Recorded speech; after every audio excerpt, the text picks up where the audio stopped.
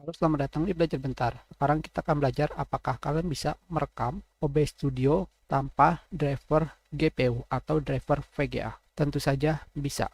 Sekarang saya sedang melakukan rekaman tanpa menggunakan driver GPU. Kita lihat pada setting, output. Di sini saya menggunakan encoder software. Dengan kata lain, saya menggunakan CPU. Tentu saja dengan melakukan recording menggunakan CPU, proses CPU saya menjadi sangat tinggi, apalagi CPU saya keluaran lama. Di sini kalian juga bisa melihat pada DXDiap